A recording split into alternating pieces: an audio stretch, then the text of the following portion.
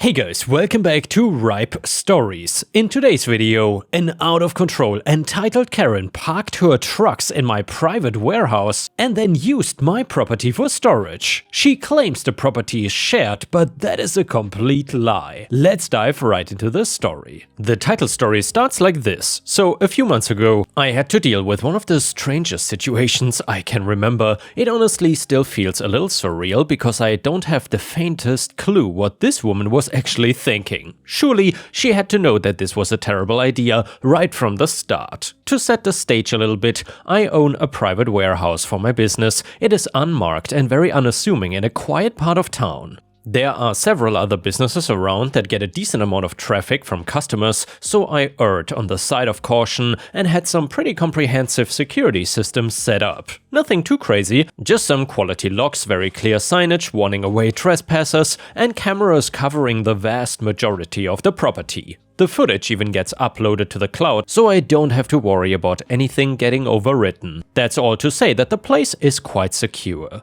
Someone could break in if they really wanted to, but managing to do so without leaving any evidence would be really hard. Given the angles of some of the cameras, it's even possible to see any possible intruders approaching and ignoring the big explicit signs indicating that this is private property. If you think this might be foreshadowing, well, then you're dead on the money. Due to the nature of my work, I often end up leaving town for a few months at a time, sometimes even as much as half a year. In the past, I've never had any problems beyond a couple kids jumping the fence and messing around on skateboards, but that is until one particular woman, let's call her Karen, decided to become my biggest headache in years. Now, Karen owns one of the other businesses in the neighborhood. In fact, she's just down the street and her business gets a lot more traffic than mine. For the sake of privacy, I don't want to get too specific, but she has a whole fleet of trucks and moves a ton of merchandise every day. As I understand it, her business model is a bit feast or famine, so she will have months where she doesn't get many orders at all, and then other months where her property is a hive of constant activity. Apparently, it can even get so busy that her property is no longer large enough to handle the logistics of her shipping needs. Now, if most business owners were to run into a situation like that, they might consider expanding or perhaps turning down a few orders. It seems that Karen does not think like most business owners, so her solution was to instead get a little thrifty and see if she could find a less conventional way to economize. Or at least that's the most charitable interpretation I can give for why she decided to just go ahead and take over my warehouse while I was out of town. Oh yes, you heard me right there. So here's the gist of it. While I was away, Karen just unilaterally decided to waltz in and treat my warehouse like it belonged to her. She started just parking her trucks there,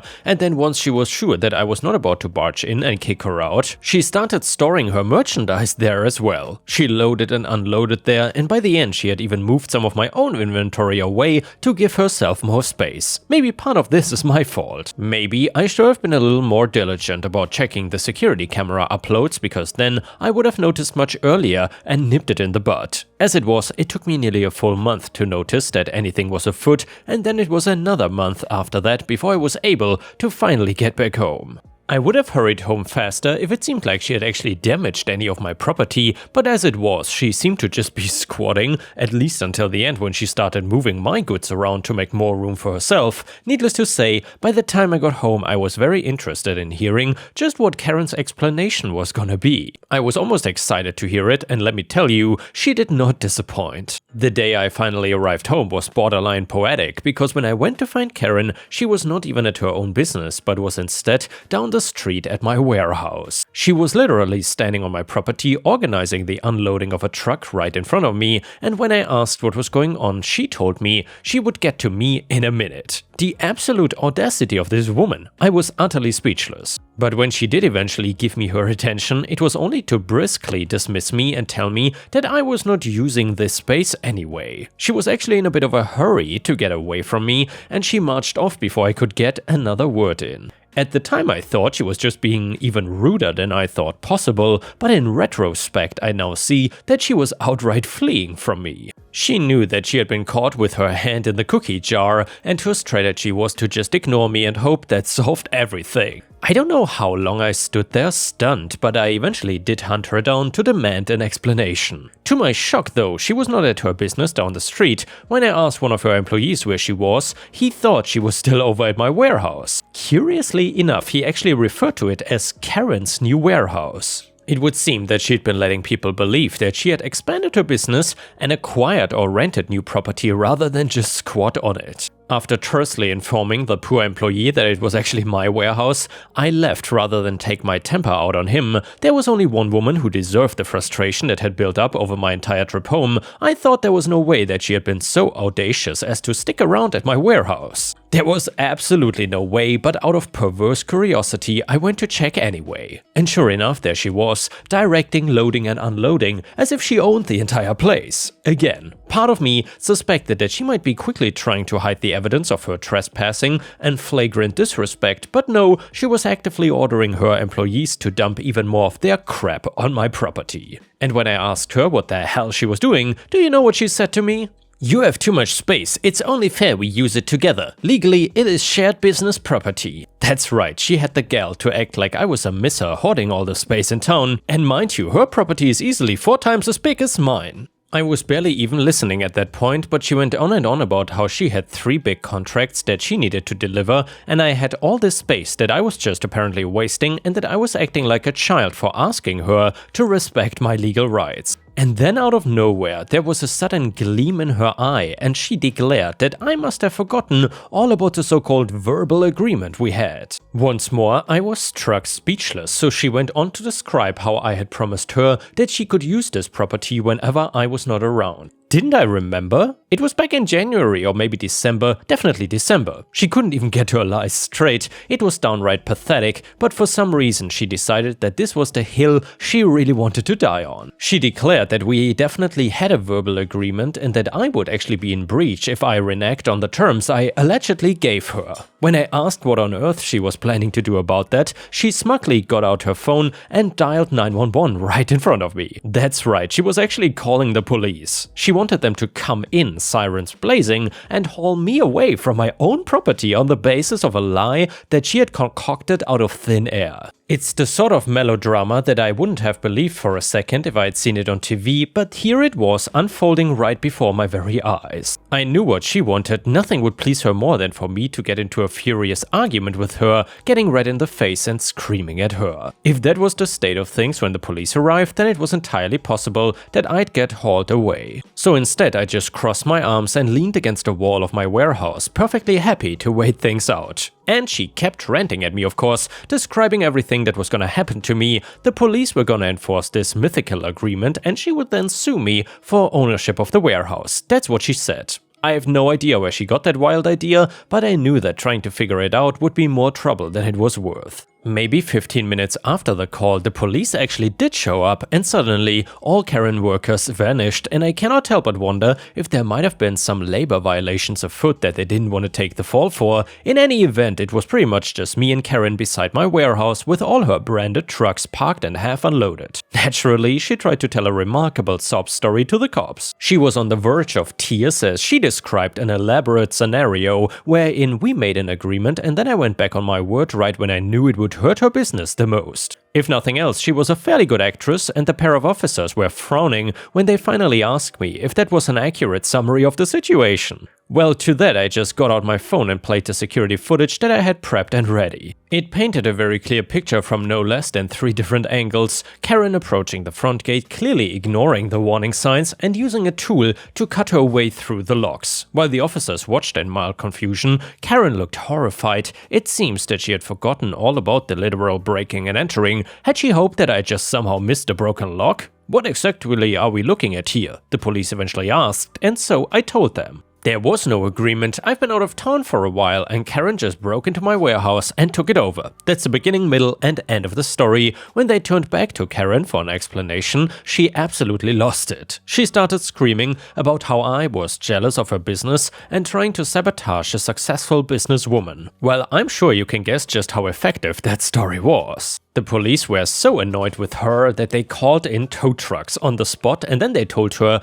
that anything left on my property by the end of the day would be mine to do with as I please. She managed to look indignant and unfazed for all of 2 seconds before breaking down and begging them to give her more time. And that was before the police started explaining that I was also probably entitled to damages if I was interested in pressing charges. That got through to her, and she was completely speechless now as she watched the tow trucks arrive. Her workers still had not returned, so all her merchandise remained firmly on my property. I considered destroying her merchandise out of spite, but I figured that might actually make things a bit of a legal quagmire. Instead, I just ended up moving it all over the street and dumping it right in front of her business, making a mess that everyone would have to navigate around. It was also a mess that took a while to clean up, especially with some of her workers still missing. In fact, it took so long to clean up that many of her clients saw the pile of merchandise and eventually learned just where it had been stored. Let's just say, many of them were not particularly interested in doing business with her anymore. Feast or famine turned into a whole lot of uninterrupted famine. She only lasted another 3 months before she completely closed down and moved away. Long story short, because I don't want to bore you with the legal details, it turned out if you mess with a competitor and then get in trouble with the police and get sued, your reputation gets ruined. And yeah guys, it seemed that Karen messed with the wrong business owner. Good riddance. Either way, the next one is a fantastic malicious compliance story. So, I bought a PlayStation 5 for my cousin back in my home country last year. I live in the Middle East, and whenever I visit my family in my home country, I often go with gifts. I recently started on my first somewhat well-paying job and decided to get something nice for the family home. I got my little cousin brother a PS5. My cousin is 16 by the way. We had been playing on my account due to the lack of games in his, and we hadn't had time to go and buy any that he liked yet. And his mom would not let him go and buy any for himself until after the week of his exams, which were a couple weeks after I had to return to the Middle East. The trip was nice, my cousin was very happy with the gift, and we would spend a few hours at night playing against each other on FIFA. Now, this one time my cousin was at school and I decided I would hop on one of my games and finish the story. The game I was playing was God of War Ragnarok, which by the way I'm playing at the moment as well, and that game is ridiculously long. It actually almost makes me angry. Anyway, apparently it was one of the games that he wanted to play. Now, the issue was he saw me playing that game on his PS5 when he returned home from school and he went crazy. His words were, "Don't touch my PS5." He meant when he's not around because he wants to play the games himself and not get the saves messed up or something, but he did not mention that at first. I told him that this was my account, the saves are already on the cloud and connected to mine, he can get a fresh start on his account later, it's not a big deal, but he said he did not care. And repeated that he didn't want me to touch his PS5 when he was at school. I tried to explain once again and he screamed at me that, "If that's all it is, then get your precious account off my PS5. Well, at this point I was done with his tantrum anyway. Cue the malicious compliance. I deleted my account from his PS5 and told him I won't touch it anymore. He was smug about me taking the L then. But later that night when he got around to try and play the games, well, all my games were now locked out on his account. He tried to access my account, but well, that's no longer on it. He also does not know the password, but I have two-factor authentication anyway. He even went onto the store to check the price of the game he wanted to play, but well, what money was he gonna use to buy them? Finally, he came up to me and nonchalantly asked me if I want to play FIFA together again. I smirked internally and responded that I won't touch his PS5. He can play on his own. He tried to convince me that it would be fun and said that he can beat me in a few matches and all that. I said the same thing, I'm not touching that PS5 again. He realized finally that he would be effectively locked out of playing anything except Astro's Playroom for the next couple of weeks if I don't get my account on it again. His mom knew what had happened and asked me to not put my account on it again anyway. He needed to focus on his upcoming exams, so I didn't. No matter how much he begged me, I let him stew with no games, with the PS5 teasing all the while I enjoyed the rest of my vacation with the rest of my family. And damn ripe stars, as a gamer myself, I gotta say, that is one perfectly executed malicious compliance. And that cousin was a complete idiot, let me tell you. Edit. Damn, this post blew up. This happened sometime August of last year. My cousin did apologize, albeit a few days after I'd left the country. That may have been his mom taking him to task about the entire thing, but he did seriously apologize for it, and I could tell that he meant it. I didn't take it any further than this because, well, he's just a kid. I let his mom handle everything after my bit of MC. As for the people asking what I mean by cousin brother, well, he's my father's younger brother's son. I don't know if I used the right term, but that's what I call him. He's my cousin who's about as close to me as my own brother. And now let's continue with the next story. It is titled Deportation Revenge. 2 disclaimers. Number 1, I was relatively young and naive, and number 2, I was in love. The protagonists are me, obviously, and CB, aka the A-hole, with guest appearances from NM1 and NM2, Nice Man 1 and 2. This all occurred pre-mobile phone and web and happened 2 weeks prior to traveling to the UK from Australia for the first time with my live-in British boyfriend of 18 months, with a view to living there for the next year or 2. I met CB when he came backpacking to Australia. After dating for a few months, we moved in together. CB was on a 12-month working holiday visa in Australia, but got a 12-month extension on a trip to NZ, allowing him to remain in Australia for up to 2 years. Remember this important point. I had just put down the deposit on my flight, he already had a ticket, and we had given notice at our apartment, quit our jobs, arranged with his parents to collect us at Heathrow, etc. Then, on Friday night, CB simply does not come home from work. I assume boozy sent off sleeping at a workmate's place home in the morning, no problem. But then CB does not come home Saturday and I start to panic thinking he's dead or some similar horror scenario. I call his workmates but they know nothing. I finally find his boss on Sunday and I'm told that CB has been staying there and is in a real state and will call me later. What the hell? CB finally calls later that night, still at his boss's house, and tells me the following tale. On Friday, he was interviewed by immigration who informed him that as he had breached the conditions of his visa by working in one job for more than 3 months, he needed to go back to the UK. He did not love me anymore and was instead going to Queensland for a 2-week holiday before going back to the UK alone. He would come home tomorrow to collect his bags. What the hell? I'm crying, I'm asking why, I'm begging for an explanation, I'm crying some more. By the way, if at this point you're thinking that I'm unbelievably stupid, I refer you to my earlier disclaimers. So after crying for a few hours, I rang my girlfriends for sympathy and support and more crying, and then I crawled into bed. At work the next day, one of these girlfriends rings me and says that she is calling BS on CB's story and that I need to ring this number and speak to an M1 who is an actual immigration official. Nice Man 1 tells me, incredibly kindly and patiently, that the story is indeed 7 kinds of BS and that if someone had breached their visa and come to the attention of immigration, they would be scooped up immediately and not given a free pass for 2 weeks send-off tour of sunny Queensland. He also informed me that while no one from the department had interviewed CB and there was no current file on him, upon checking his visa status, CB was in fact in Australia illegally, as he had not submitted a request for his visa extension when he traveled to New Zealand the year before. It turns out that being automatically eligible for a 12-month extension did not mean automatically receiving the extension. Oh my god, I may be naive, but damn, I can think quick when I'm angry. I told Nice Man 1 that if he wanted to apprehend CB, he could come do so at our apartment that night. After CB came to collect his bags and give me some money he owed me. Suffice it to say, it all went like clockwork. CB handed over cash, dragged his crap out of the house in a couple of garbage bags, somehow his suitcase would not be located, oops, and was grabbed by NM1 and NM2 and sundry police as he walked down our drive to the street. 3 weeks or so later, NM2 rang to let me know that after spending 3 weeks in immigration detention, CB had been deported to the UK as an unlawful non-citizen. Score! CB also had to pay for the costs of his own removal, which strikes me just as the icing on the cake. My friend contacted the super fabulous travel agent and told her the story, and I got my whole airfare deposit back. I found a new apartment and got another job and never had to speak to or look at him again.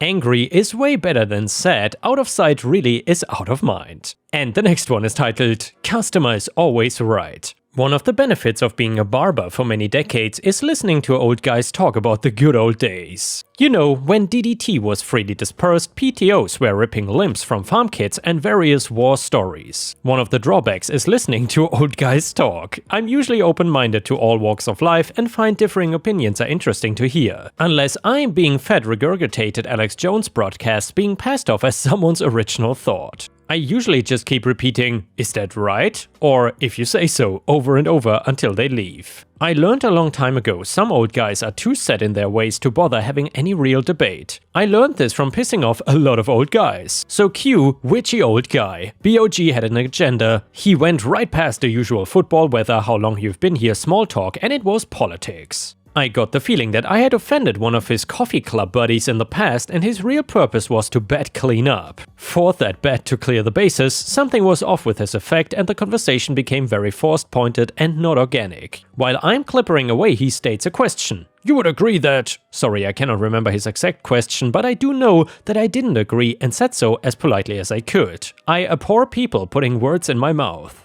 When he again started, "Well, what you agree with?" Total BS, the bile began building in the back of my mouth and again, sorry, I cannot remember what he said, but no, I did not agree at all and said so, not so nice this time tone. By now I see what is up, he is trying to get me to agree to a pretext of premises that will lead to the grand enlightenment that my simple mind will of course be forced to understand. He is channeling Alex Jones. When he gets to the third example before he can expect agreement, I state, "Why would you think that? That doesn't make any sense." Strike number 3, and BOG didn't like being derailed, he cannot have his aha moment if I don't agree with 1, 2 or 3. In the span of 5 minutes, BOG had gone from smirky know-it-all to nearly purple, really noticeable with white hair. He jumps out of the chair and spins to face me. I've seen that look before and know he's about to throw a punch at me, but he freezes and batters me with the death stare instead. I ask him if he is done, more death stares, again I ask if he is done, nothing but rage. I tell myself he is done, so I reach over his shoulder to undo the cutting cape. He has a phone out, he's been recording the whole time, he does some fumbling with the phone, puts it to his ear and starts talking to 911. Oh my god, apparently this constitutes an emergency to BOJ. This was new territory, I've seen people use the police to fight their battles before, but this absolutely floored me. I was clueless as to what law I must have broken and I've taken law classes. I was willing to let BOG have his tantrum, leave with half a haircut and tell his coffee club buddies what an a-hole I am. It's true I am, but call the cops? I tell him loud enough for 911 and neighbors to hear to get out of my shop and I helped him out the door at the same time. He sat in his car with his wife still on the phone. A few minutes go by and they both get out and are standing in my parking lot. They were still on the phone and I'm getting madder by the minute at this entitled snowflake, so I go out to yank his chain. Hopefully he will swing at me. I take out my fancy flip phone and take a close-up photo of him and he tells this to the police. Additional charges? I go back inside and wait for the fuss.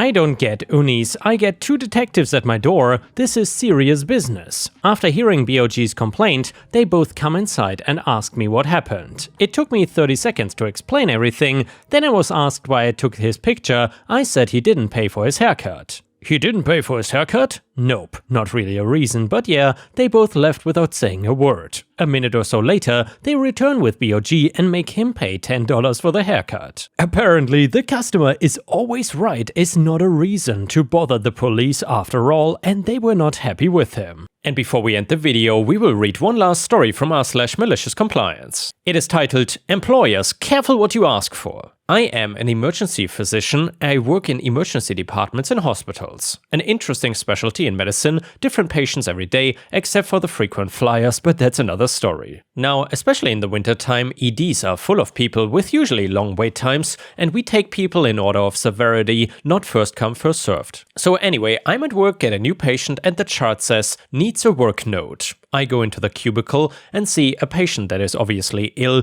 After 40 years of experience, I can size patients up pretty well from across the room. This woman was very ill, vitals were not good, fever of 102 Fahrenheit, the works. The monitor shows her heart is okay, pulse is a little high, BP is a little low, high fever. Talking to her, she tells me she's got a cold. Now, I tend to appreciate it when patients just tell me the truth. That she just said it's a cold, which being a virus, there's not a hell of a lot I can do for her, so I ask why she came in. Well, it turns out she's been ill for 2 days, her fever is actually down with her taking Tylenol and drinking fluids, no kidding, and her employer wants a doctor's note for more paid time off. This woman waited in the emergency department waiting room for, checks the record, 5.5 hours to get a damn note for work? It's not her fault though, it's the fault of her employer. So I ask her how much time they will give her paid off. There's no time limit, she said. I just need a doctor saying I need it. So yeah, I got it. So she went home with a lovely note giving her 2 weeks off with pay and instructions to return for additional time if she needs it to recover. I really hate employers that demand asinine notes like this. Fight the stupidity. And yeah guys, this physician is absolutely legendary. Thank you for watching, I will see you again tomorrow.